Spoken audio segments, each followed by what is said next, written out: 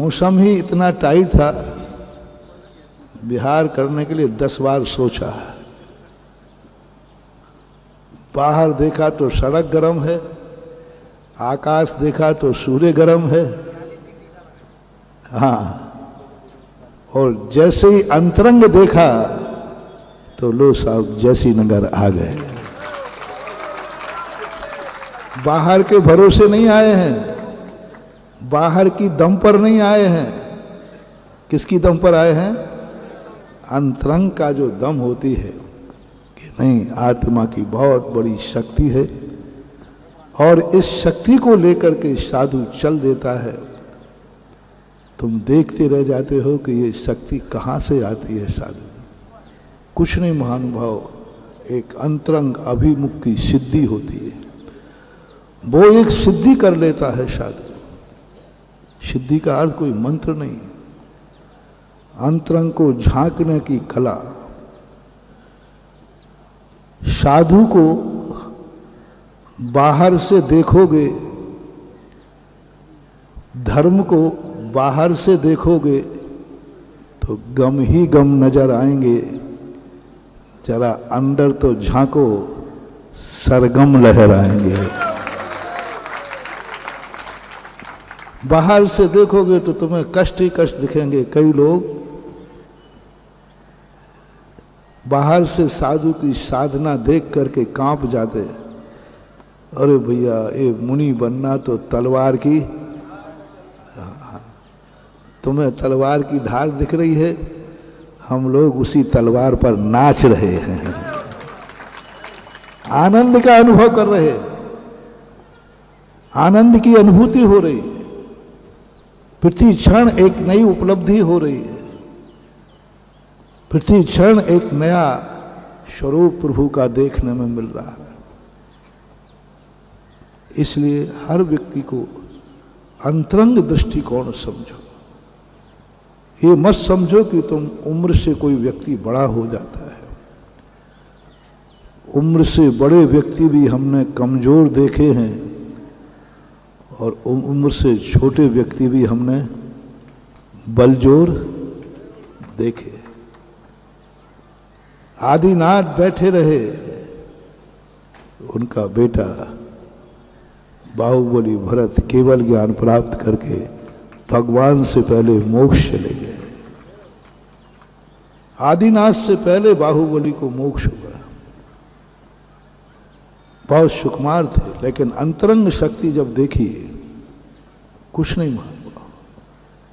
एक बार प्रभु की अंतरंग शक्ति देखो।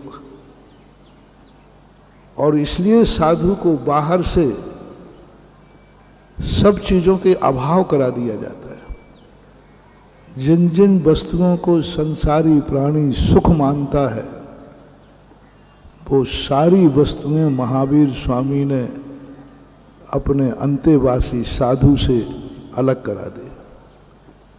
सब अलग कर, जिन जिन में तुम्हें सुख नजर आता है वे सारी वस्तुएं अलग करा दी।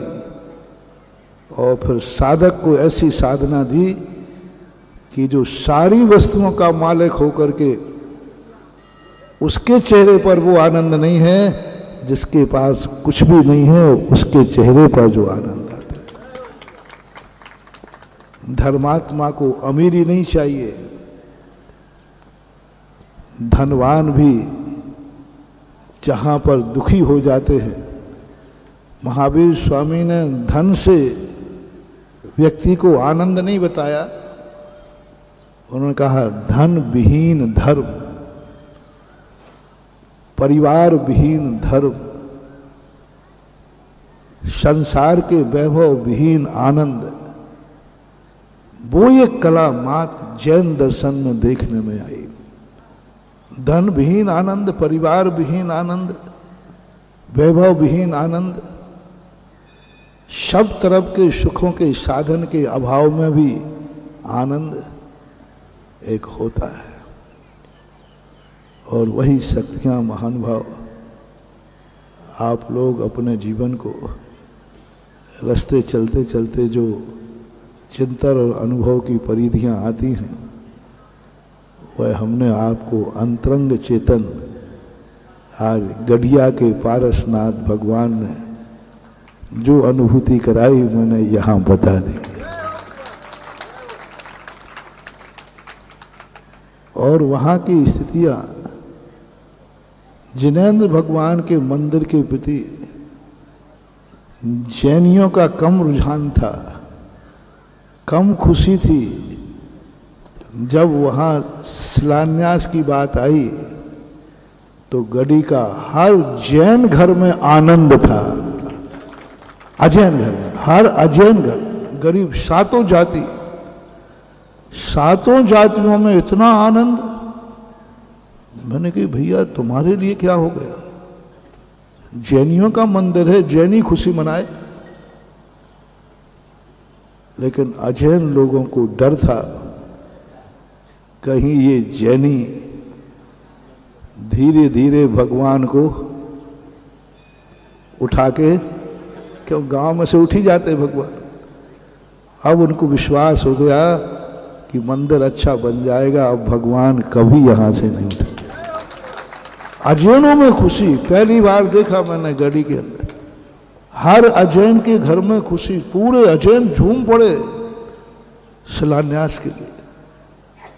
भगवान का शिलान्यास हो रहा, मंदिर का शिलान्यास हो रहा। अजैनों ने कहा हम वर्षों से इनसे कह रहे थे आपके पास पैसा नहीं है तो हम लोगों से ले लो, लेकिन मंदिर बनाओ।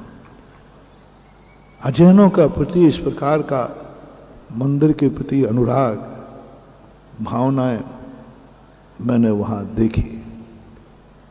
इसलिए यहीं से मैं संदेशा दे रहा हूं सब लोगों को।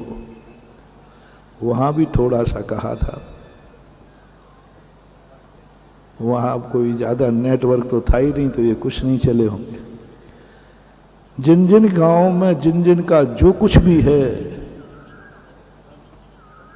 उसको बेचना नहीं, वहां के मंदिर को उठाना नहीं, वहां गांव के मकान को बेचना नहीं, खंडहर करना नहीं, खप्पड़ वाले मकान को पक्का कर दो। मार तुम्हें कुछ नहीं करना, साल भर में एक बार चले जाना, मकान में झाड़ू लगा लेना, भगवान का अभिषेक कर लेना। कभी कभी जो चलते फिरते साधु है वे कभी ना कभी उस एरिया में आ जाएंगे। टड़ा के बीच में एकमात्र स्थान है जहां कोई सहारा है।